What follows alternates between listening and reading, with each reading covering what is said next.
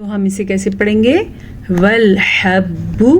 ٹھیک ہے، اب آپ نے اس چیز کا خیال رکھنا ہے کہ اس کو آپ نے حبو نہیں پڑھنا.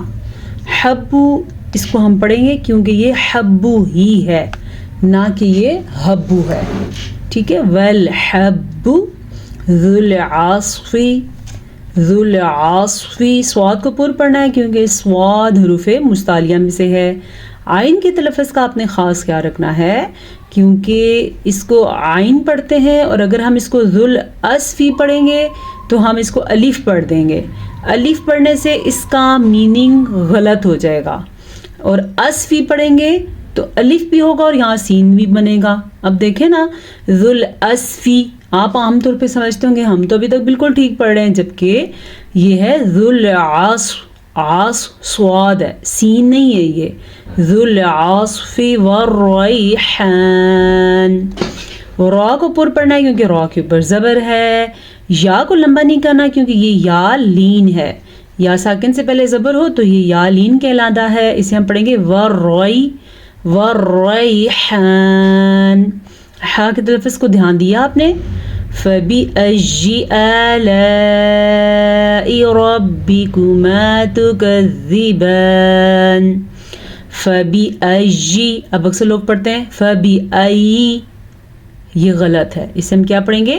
فَبِأَيِّ آلَاءِ. الف کے اوپر جناب ہے کھڑی زبر، اسے اس لیے ہم حمزہ کہیں گے. حمزہ کے اوپر کھڑی زبر ہے، اور لام زبر الف جو یہ والی الف ہے اس کے اوپر یہ والی مد ہے. تو دونوں کی مقدار آپ کو پتہ ہونی چاہیے. اس کی مقدار ایک الف کے برابر ہے اور اس کی مقدار 4 الف کے برابر ہے. ٹھیک ہے، 3.5 4 الف کے برابر ہے. تو ان دونوں کا ڈفرنس آپ کو پتا ہو کہ اس کی مقدار کم ہے اور اس کی زیادہ ہے. ان دونوں کو برابر نہیں کرنا آپ نے کیونکہ برابر ہیں ہی نہیں ہے. ایک کھڑی زبر اور ایک مد ہے. تو اسے ہم کیسے پڑھیں گے؟ آلائی. آئی نہیں ہے یہ، ٹھیک ہے، ای. آلائی ربکما. را کو پر پڑھنا، را پہ زبر ہے. میم زبر الف ما. اسے تو ہم لمبا کریں گے لیکن کاف کو لمبا نہیں کر سکتے ہم. نہ ہی ہم با کو لمبا کر سکتے ہیں اور نہ ہی ہم را کو لمبا کر سکتے کیونکہ ان کے اوپر یہ زبر ہے، یہ زیر ہے، یہ پیش ہے. ان کی مقدار بالکل بھی لمبی نہیں ہوتی.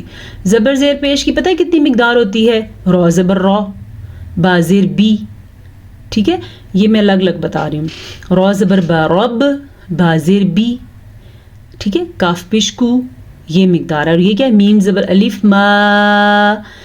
زبر کی وجہ سے لمبا نہیں کیا ہم نے، الف مدہ کی وجہ سے لمبا کیا. آگے الف مدہ آ گیا. تو اسے ہم پڑھیں گے ربکما تکذبان. پھر سے ہم نے تا کو شارٹ پڑھا کیونکہ تا کے اوپر صرف زبر ہے. کاف کو شارٹ پڑھا کیونکہ کاف کے اوپر بھی زبر ہے. اور زال کو بھی شارٹ پڑھا کیونکہ زال کے نیچے زیر ہے. لیکن با کے اوپر کھڑی زبر ہے تو ہم نے کھڑی زبر کو کھینچ کے پڑھا. کیسے؟ تکذبان. ٹھیک ہے، خلق الانسان من صلصال. صلصال کالفخار. اچھا، میرے ارد گرد جن لوگوں کو میں دیکھتی ہوں تو مجھے بہت افسوس ہوتا ہے. الحمدللہ جو میرے پاس گھر میں بچے قرآن پڑھنے آتے ہیں ان کو یہ پتہ ہوتا ہے کہ کون سا لفظ پر کر کے پڑھنا ہے، کون سا باریک پڑھنا ہے، کون سا کھڑی زبر ہے اس کو لمبا کرنا ہے، زبر کو شارٹ کرنا ہے، مد کو کتنا پڑھنا ہے، اخفا کتنا کرنا ہے. الحمدللہ آپ یقین کریں ان پڑھنے والوں میں 7 سال سے لے کے 20 سال تک کے بچے شامل ہیں. عورتوں کی بات نہیں ہو رہی ہے، خواتین کی. تو ان کو لیکن جب نئے بچے آتے ہیں، میرے پاس ایک نئی بچی آئی ہے ماشاءاللہ سے، وہ بالغ ہے، بڑی بچی ہے، 16-17 سال کی ہے. تو 3 دفعہ قرآن پڑھ کے آئی ہے. تو وہ میرے یہاں پہ بچوں کا قرآن ختم ہو رہا تھا تو وہ اس نے سنا. تو اس نے اپنے گھر جا کے نا امی سے خود بچی نے ضد کی کہ میں دوبارہ قرآن پڑھنا چاہتی ہوں. ماں نے کہا نہیں، تم نے تو اتنا اچھا خاصا پڑھ لیا ہے. واقعی اتنا برا بھی نہیں پڑھا، اس بچی نے اچھا پڑھا لیکن تجوید کے ساتھ نہیں پڑھا. اس کی بہت ساری غلطیاں ابھی بھی ہیں، مطلب بہتر پڑھا ہے. اچھا تو نہیں کہہ سکتے، اچھا آپ تب پڑھتے ہیں جب آپ ہر چیز کو پرفیکٹ پڑھتے ہیں. تو اب وہ جب بچی آ کے مجھے سنا رہی ہوتی، یقین کرے میں اتنی اداس ہوتی ہوں نا اس کا سبق سن کے کہ اپنی زندگی کے کتنے سال اس نے قرآن کو دیے لیکن اس بچی کو بالکل سمجھ نہیں ہے کہ میں نے کیا پڑھنا ہے. میں نے کتنا لمبا کرنا ہے، کیسے اخفا کرنا ہے، کیسے غنہ کرنا ہے. یہ تو پھر مجھے دکھ ہوتا ہے دیکھ کے کہ ہم قرآن مجید کو کتنا ہلکا لیتے ہیں کہ ہم ضروری نہیں سمجھتے قرآن مجید کو وضاحت کے ساتھ پڑھیں، غور سے پڑھیں، سیکھ کے پڑھیں، سمجھ کے پڑھیں.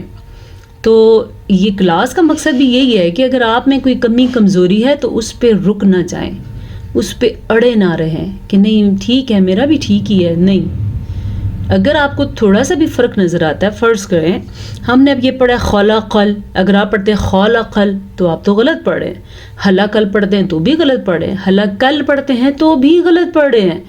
خو کو پر پڑھنا ہے، قاف کو پر پڑھنا ہے، اس کے علاوہ پڑی زبر کو لمبا نہیں کرنا آپ نے. تو یہ ساری چیزیں آپ کو یہاں پہ سیکھنے کو مل رہی ہیں تو آپ فائدہ اٹھا سکتے ہیں. بہرحال میں اس بچی کی بات کری تھی، ماشاءاللہ اب اس میں دن بدن وہ سیکھنے کی کوشش کر رہی ہے. تو قرآن مجید ایک ایسی کتاب نہیں ہے کہ اس کو ہم کہیں بھی بس بچے کو بھیج دیں، ٹیوشن جائے بہت اچھے ٹیوشن میں جائے، اسکول جائے بہت اچھے اسکول میں جائے، یا ماں ماشاءاللہ پڑھی لکھی ہوتی ہے، قابل مائیں ہیں کافی ساری، قرآن ٹیوشن وہ اپنے بچوں کو اسکول کا تو بہت اچھا پڑھانا جانتی ہیں لیکن قرآن پڑھانا نہیں جانتی. تو قرآن پڑھانے کے لیے کیا کرتی ہیں، ساتھ والے گھر میں قرآن پڑھا ہوا ہے بیٹا چلو میرے بیٹے کو پڑھا دو، یا اچھا بیٹی تم نے قرآن پڑھا ہوا ہے چلو میری. دیکھیں قرآن ایسے پڑھنے والی کتاب نہیں ہے. پہلے تو آپ اپنی زندگی سے یہ چیز نکال دیں، اپنا بھی ٹھیک کریں اور اپنے بچوں کو بھی اچھی جگہ پہ قرآن داخل کرائیں. اگر آپ اتنے اخراجات برداشت کرتے ہیں اسکول کے اور ٹیوشنز کے یا اکیڈمیز کے، تو آپ اچھا قرآن پڑھانے والا رکھیں، گھر آ کے بے شک پڑھائے، اس کو ہدیہ دینا ثواب ہے، گناہ نہیں ہے، نہ آپ کا احسان ہے، وہ آپ کے بچے کو قرآن سکھا رہا ہے. نہیں تو آپ کو پاس مدارس ملتے ہیں، میرے گھر مدرسہ ہے، فری قرآن پڑھایا جاتا ہے الحمدللہ یہاں پہ. اگر آپ کو گھر کے پاس کوئی مدرسہ ملے بچیوں کے لیے، بچیوں کا مدرسہ، اور بچوں کے لیے بچوں کا مدرسہ، اچھا استاد دیکھیں، اچھا قاری دیکھیں، اور پھر اپنے لڑکوں کو آپ اچھے قاری کے پاس بٹھائیں، اور اسی طرح بچیوں کو بھی. خلق الانسان، نون کو لمبا نہیں کرنا، ٹھیک ہے. من صلصال کالفخار. اچھا یہاں پہ ہمارے پاس 3 دفعہ اخفا آیا ہے، ایک تو اخفا یہاں پہ ہو رہا ہے، پھر یہاں پہ ہو رہا ہے، پھر یہاں پہ ہو رہا ہے. تو آج ہم بہت اچھا سیکھ سکتے ہیں اخفا کو. چلے آئے سیکھتے ہیں. اخفا کہتے ہیں نون ساکن یا تنوین کی آواز کو چھپانے کو، ٹھیک ہے. اخفا کا مطلب ہوتا ہی چھپانا ہے. کسے چھپاتے ہیں؟ نون ساکن ہو تو اسے چھپا دیں گے، اور اگر نون تنوین ہوگی تو اسے چھپا دیں گے. کس طرح چھپائیں گے؟ جب نون ساکن کے بعد یا تنوین کے بعد ان 15 حروف میں سے کوئی سا بھی ایک حرف آ جائے گا تو ہم نون ساکن یا نون تنوین کی آواز کو چھپا کے پڑھیں گے. اچھا وہ 15 حروف میں گزشتہ کئی کلاسز میں بتا رہی ہوں، آج پھر سن لیں. تا سا جیم، دال زال زا، سین شین صاد، زواد طوا زوا، ف قاف کاف. ان 15 حروف میں سے نون ساکن کے بعد، جیسے کہ یہ نون ساکن ہے، جیسا کہ یہ نون ساکن ہے، نون ساکن کے بعد یا نون تنوین کے بعد، جیسا کہ یہ نون تنوین ہے، 2 زبر 2 زیر 2 پیش کو نون تنوین کہتے ہیں. ان 15 حروف میں سے کوئی حرف آ جائے تو وہاں پہ اخفا ہوگا. نون ساکن اور نون تنوین کو چھپا کے پڑھیں گے. اب 3 حروف تو آ گئے ہمارے پاس، جیسے کہ نون ساکن کے بعد آ گیا سین، جیسا کہ نون ساکن کے بعد آ گیا صاد، جیسا کہ نون تنوین کے بعد آ گیا کاف. تو 15 حروف میں سے اگر کوئی حرف آئے گا تو ہم نون ساکن یا نون تنوین کی آواز کو چھپا کے پڑھیں گے. اسی کو اخفا کہتے ہیں، اور غنّے کے ساتھ بھی پڑھیں گے، غنّہ بھی ہوگا. تو کیسے پڑھیں گے؟ خلق الانسان من صلصال صلصال کالفخار. خا دیکھا آپ نے کیسے پڑھا؟ ایسے ہی پڑھنا. میں کوئی انوکھا نہیں پڑھ رہی، جو اس کا حق ہے خا پڑھنے کا میں ایسے ہی پڑھ رہی ہوں. را کو پر پڑھنا ہے کیونکہ وقف آنے کی وجہ سے را ساکن ہوگی، ساکن را سے پہلے زبر آ گئی تو را ہم موٹی یعنی کہ پر پڑھیں گے. وَخَلَقَ الْجَانَّ مِن مَارِجٍ مِن مَارِجٍ مِن نَار. اتنی اتنی سی ایک چھوٹی سی آیت میں کتنی زیادہ چیزیں سیکھنے والی. سب سے پہلے کیا خاء کو پر پڑھنا ہے کیونکہ خاء حروف مستعلیہ میں سے ہے. پر کا مطلب ہے موٹا پڑھنا. 7 ایسے حروف موٹے پڑھے جاتے ہیں جو کہ حروف مستعلیہ کہلاتے ہیں. کون کون سے ہیں؟ خاء ہے، قاف ہے، صاد ہے، ضاد ہے، طا ہے، ظا ہے، اور کون سا ہے؟ خاء، صاد، ضاد، طا، ظا، غین. غین ہے، غین اور قاف. یہ 15 حروف ہمیشہ موٹے پڑھے جاتے ہیں. یہ ہم نے پڑھ لیے. لمبا نہیں کرنا پڑی زبروں کو. وخالقل نہیں پڑھنا، غلط ہو جائے گا. وخلقل پڑھنا ہے. ٹھیک ہے، دیکھتے جائیں. اچھا، اہم چیز غور رکھیں، دھیان رکھیں، آپ ہر کسی کو پتہ ہونا چاہیے. جب اس طرح کی مد آ جائے اور اس کے بعد شد والا حرف آ جائے، یہ تو نون ہے، ویسے ہی گننے والا حرف ہے. اگر نون نہ بھی ہو، کوئی اور لفظ ہو، تو پہلے مد کے بعد اس لفظ کو پکڑیں گے. ٹھیک ہے، مطلب اس پہ ذرا سا رکیں گے اور ساتھ ہی اس کو چھوڑ دیں گے. اس مد کے بعد اگر شد والا حرف آ جائے، یہ تو ویسے ہی ہم اچھا خاصا رکیں گے کیونکہ نون کا غنہ ہو رہا ہے. نون پہ شد آئے تو غنہ بنتا ہے. یہاں تو ہم ویسے بھی رکیں گے. تو کیسے پڑھا ہم نے؟ جاننا.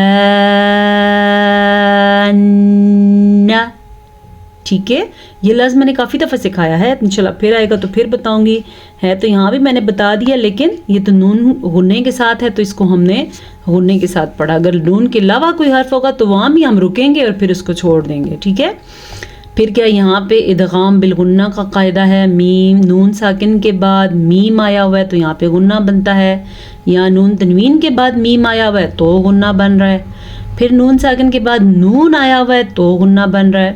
یاد رکھیں، جب نون ساکن کے بعد یا نون تنوین کے بعد یا میم واو نون، ان چاروں میں سے کوئی سا بھی ایک حرف آ جائے تو وہاں پہ ادغام بالغنہ کا قاعدہ ہوگا. ادغام کا مطلب ان دونوں کو آپس میں ملائیں گے اور غننے کے ساتھ ادا کریں گے. جیسے کہ نون ساکن کے بعد میم آ گیا، جیسے کہ نون تنوین کے بعد میم آ گیا، جیسے کہ پھر نون ساکن کے بعد نون آ گیا. تو میں نے 4 حروف بتائے ہیں، یا، میم، واو، نون. ٹھیک ہے، فَبِأَيِّ آلَاءِ رَبِّكُمَا تُكَذِّبَانِ.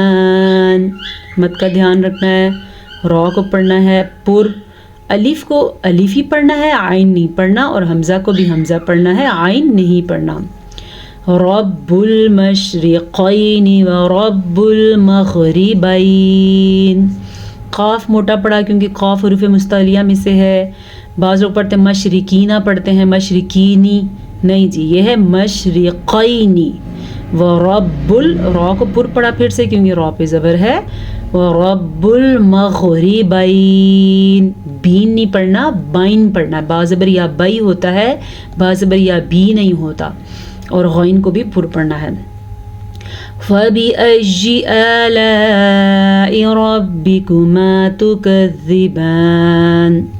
مَرَجَ الْبَحْرَيْنِ يَلْتَقِيَانِ.